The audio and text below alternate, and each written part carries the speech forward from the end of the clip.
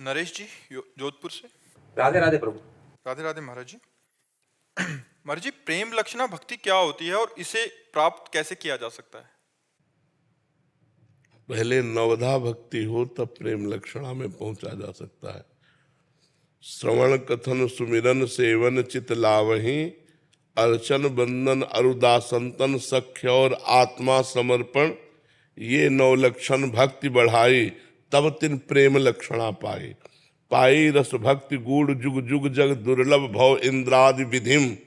ये जो प्रेम लक्षणा भक्ति है, ये ब्रह्मा आदि बड़े बड़े देवताओं के लिए भी दुर्लभ वस्तु है। ये मनुष्य योनि में नवधा भक्ति करने पर परिणाम में प्राप्त होती है। प्रेम लक्षणा का तात्पर्य होता केवल भगवान से प्रेम, केवल भगवान का स्मरण, केवल भगवान के लिए रोना नाचना गाना, न लाज तीन लोकन की, न वेद को कहो करे, न शंख भूत प्रेत की, न देव जच्छते डरे, सुने न कान और की, द्रवे न और इच्छना। ये है प्रेम लक्षणा। कोई परवाह नहीं, हर समय भगवान का मधुर मधुर स्मरण और सुप्रवाह हो रहा है। गदगद सुर नैना सजल, दंपति रस रहे भीन, ईगत वृंदा विपिन में, फिरे प्रेम तनलीन। प्रिया प्रीतम की रूप माधुरी नेत्रों में है, रो रहा है, कभी प्रेम में कभी विरह में, उसको दुनिया से कोई मतलब नहीं।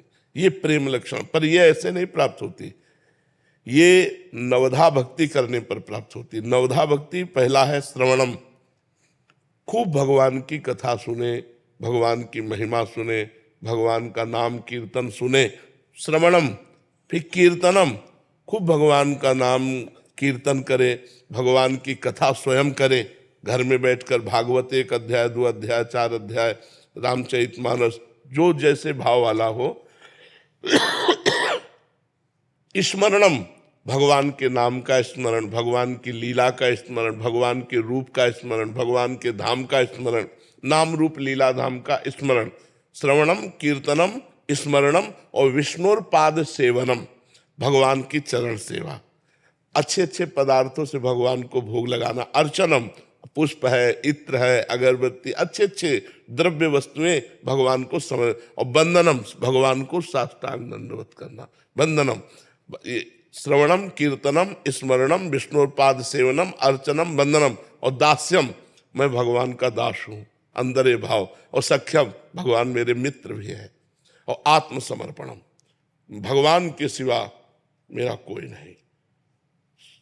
जब ये भाव आ जाता है तब भगवान से प्रेम होता है, उसे प्रेम लक्षणा भक्ति कहते हैं। पर शुरुआत यहाँ से होती, श्रवण से।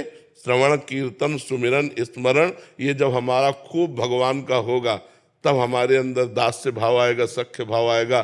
फिर आत्मसमर्पण, आत्मसमर्पण पूर्ण है, यहीं से प्रेम प्रकट होता है भगवान के चरणों में। समझ रहे हैं आप? श्रद्धा शर्मा जी बेंगलोर से। राधे राधे। राधे राधे महाराज जी। महाराज जी, भय के माहौल में पूर्ण समर्पित होना मुश्किल सा लग। अरे भय तो बहुत कृपा है, भय के माहौल में पूर्ण समर्पित होने का चांस ज्यादा है। किसका है? भय के माहौल में तो पूर्ण समर्पित होने का चांस ज्यादा है। जो सभीत आवा सरनाई, रखियो ताई प्राण की नाई। जब हम भयभीत हो जाते हैं, किसी पे विश्वास नहीं रहता, लगता कोई मेरा नहीं, सब जगह धोखा, सब जगह छल कपट, तब तो भगवान के लिए एक चांस ज्यादा बढ़ जाता है कि अब तो केवल भगवान ही है जिनकी मैं शरण में जाऊं। तो आपका अनुभव गलत है। भय, अगर हमको कोई प्यार कर रहा है तो चांस कम है, फिर तो चांस कम हो जाते हैं कि यार अमुक भैया है, अमुक मित्र है, अमुक है जो हमें प्यार करते हैं, तो वहां हमारा मन टिक जाएगा। जब हमें पता चल गया कि हर जगह छल कपट, हर जगह पाप की बात, हर जगह गलत चिंता, तो हे भगवान आप ही हो जो मुझे अपनी शरण में रख ले। तो भगवान की शरण में होने के लिए भय अत्यंत आवश्यक है। मृत्यु का भय, संसार का भय, ये भगवान की शरण में ले जाता है, ये निर्भय करा देता है। तो हमें लगता है भय आना अच्छी बात है। भय आवे जिससे हम संसार से भयभीत होकर भगवान की शरण में आऊं। जो सभीत, सभीत माने भय सहित, आवा सरनाई, मेरी शरण में आ गया, तो रखियो ताई प्राण की नाई, मैं उसे प्राण के समान, जैसे लोग अपने प्राणों का बहुत दुलार पोषण करते हैं, ऐसे मैं उसका पोषण करूंगा।